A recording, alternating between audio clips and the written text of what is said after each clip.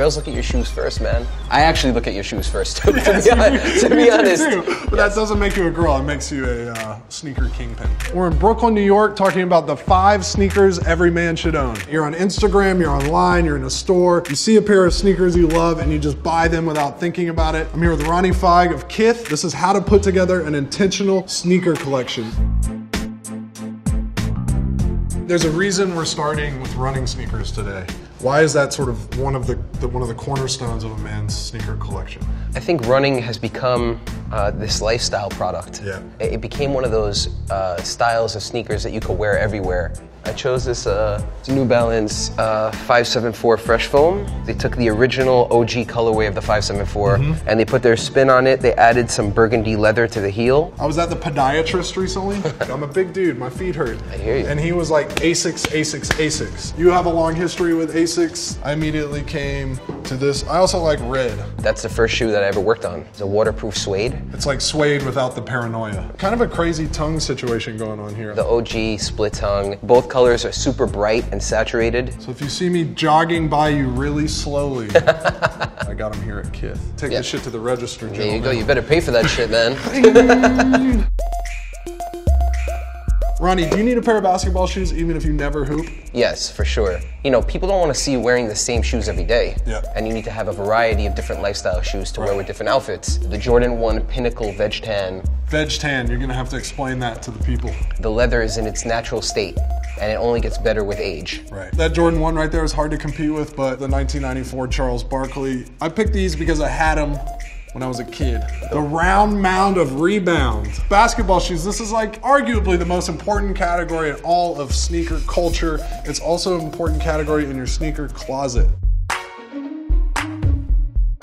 One time you need a pair of sneakers just right for the occasion is when you're traveling. If you're doing the 12-hole Doc Martens through the airport, you're taking an L. Oh man, stamped Puma collaboration. It's called the Trinomic Sock. For me, I like the beige best because when you travel, this goes basically with any color that you wear. I think I'm gonna go with something, it does have laces, but you can just keep it loose and get them right on and right off. Let's see it. So at Kith right now, the Presto is a royal blue. It's one of the most comfortable Nike shoes for any of the shoes that I've ever owned. Nike's doing these as ID right now, so I could actually go online. I probably would go online and make my own color. It's fall, the weather's getting bad, and frankly, nobody has a better boot selection than Ronnie and Kith. And I just couldn't resist, so we're gonna pick a boot too. Ronnie? Really excited for this brand. It's a brand out of Italy called Fracap. They can only make 24 pairs per day. Only can be made by hand. It's not like everybody on your block is gonna be wearing them. Exactly, that's the first thing. And the second thing is you'll probably have the best made boot on the block. You don't have to be like ginger with these, you can just wear them. No, you could beat these up. Right. Oh, what's more classic than a pair of Timbs? Fall of 2015, you can probably find me, God willing, when I'm 82 years old, wearing these, going with the blacked out Timbs. Gotcha. This is GQ. Sometimes we gotta wear a suit. I can help you with that. There's right and wrong ways to wear a sneaker with a suit, right? And there are new ways to do it too. And there are new ways to do it. I'm going right here, sticking with the all black theme, Chuck Taylors. This is like gonna take you to that Strokes, kind of rocked out, Lou Reed, Ramones. I hear you. It's definitely an old school approach, right? It is. This would look great with a suit, so great choice. All right. Ronnie's gonna take us through a kind of new way to rock sneakers with a suit. When I do have to wear a suit, I'm always thinking about what that footwear element can be. And for me, I think individuality is key. If you're wearing a black suit and you're wearing this shoe, you're just doing something right. Yeah. It's very sleek. It's mostly neoprene. Nobody's gonna mistake you for like, a waiter or security guard. All right guys, so that's it. The complete sneaker wardrobe. We got the runner, the basketball shoe, the travel shoe, the boot, and the sneaker with a suit. And guys, please let us know how we did in the comments section, all right? And also, if you have any style questions, let us know, and we'll see what we can do. See you next week. Guys, if you want to transform your style easily, quickly, and cheaply, change your hair. I'm GQ style editor Will Welch, and these are the hair product secrets of GQ staffers.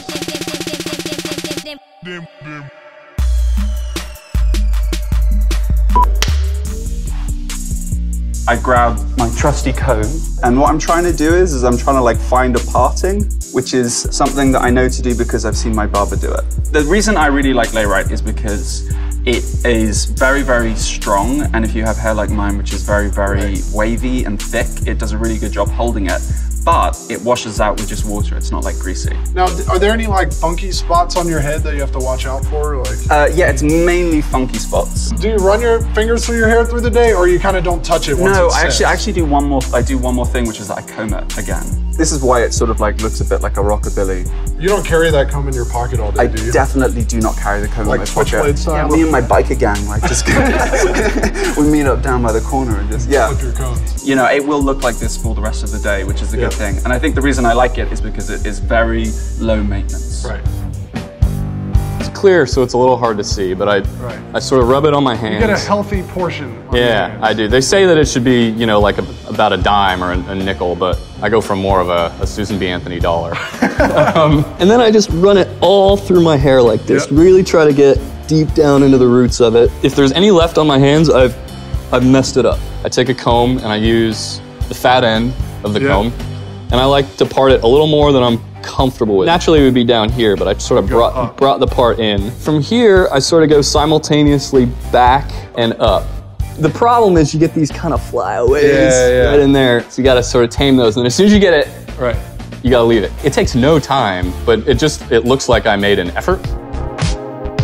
The guy that cuts my hair actually like puts putty or some sort of paste in my hair, but it's a little bit heavy. It looks great when he like does it in the salon, but then when I leave, it starts to fall forward. So I have to like keep, a sad willow tree. Yeah, I have to keep pushing it back. Right.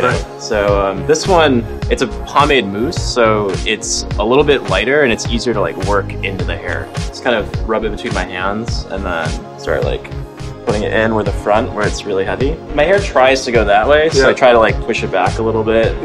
Some flyaways on top. This part is like kind of problematic. So that's like, the tricky zone. Yeah, that one. Oh wait, you gotta show us what that technique was. Oh yeah, I just kind of like try to rub the product in. Mush and rub. I don't know. Sometimes it doesn't work. Now it worked all right. So. Yeah, I learned some new stuff with this, especially the smush and rub. Smush and rub. Towel dry my hair as much as I can, and then I use styling cream. A little goes a long way. This is the primer coat. Yeah, primer coat, just all over. Get it sort of where I want it, and then I blow dry it. This side tends to stick up a bit, and so I, put pressure on it there. And in the back too, I have a cowlick back here, so it'll, sometimes stand up as well. It's a little high maintenance, but this is what I have to do. And I kind of curl it back a bit. The roll. That is advanced. I like it. And then the melanin gets just the hair pomade. Put some on the sides to tame the sides because my hair tends to stick straight up. Right. Have a slight part, but keeping it loose still. Right. Yeah, and that's about it. Like, paste it down. Yeah. I usually do this summertime. Like any good surfer, you're doing it your own way. Exactly. All right, guys, that's it. If you got any style questions for GQ, leave them in the comments, and we'll see you next time. In the modern era, everyone has a camera. We're always getting put on the internet. Have you guys noticed this? What's the internet? Yeah, what is the internet? Never underestimate the power of navy blue. Okay. Navy blue t-shirt, navy blue jacket, navy blue coat. Hi. Navy blue. These days you don't have to spend a ton of money to have garments that fit you well. Right. Obviously there's certain things that are worth investment, but you could get away with a lot. And so, if you're wearing something that's sort of oversized and ill-fitting in a picture, you're gonna look bad in the picture. They tell me when we're doing these videos not to wear white because it washes you out. Is that true in real life too? Right. I think that pretty much any color looks good in natural sunlight. But everybody looks good in a blue shirt. So, navy blue. Yeah. Well, no, like a light blue shirt, like a blue Oxford Plus shirt. Oh yeah, totally. That color. Totally. So again, if when in doubt, blue. One thing that a guy who's a mutual friend of all of ours, I think Adam Rappaport always says, is he's like, if you're having a picture taken at a party, say you're at a wedding, instead of going like that, like just pretend you're doing something so that you're not static. I usually pretend that I'm running away. I've always been a fan of like a more reportage kind of photograph anyway. Like if it feels too posy, then I don't love it, but you know, like, but when you're talking about like for your Facebook page or whatever, like you need to see your face, so there's a fine line. I think there's a reason why street style took off is because it's natural. We weren't doing anything. I mean, we were walking, you know, we're going to work is how I like to say it. I don't think I take particularly good pictures, but when it's like you're walking, going somewhere, fair game, and that's why sunglasses are super important too. Totally, but like, yeah, if you get me into a studio and you want to take my picture, I'm just like, I don't know what to do with my hand. But you know how to walk down the street. You know how to walk from a car into a fashion show. I haven't tripped over myself in a while. That's been documented. Yes, that's right. Well, guys, I think this is really just all about the eternal power of navy blue and the eternal power of the candid photograph. Thank you very much. You're welcome to it. Guys, subscribe to the GQ YouTube channel. Leave a comment. You already know all this shit. Just do it. Thank you. Bye.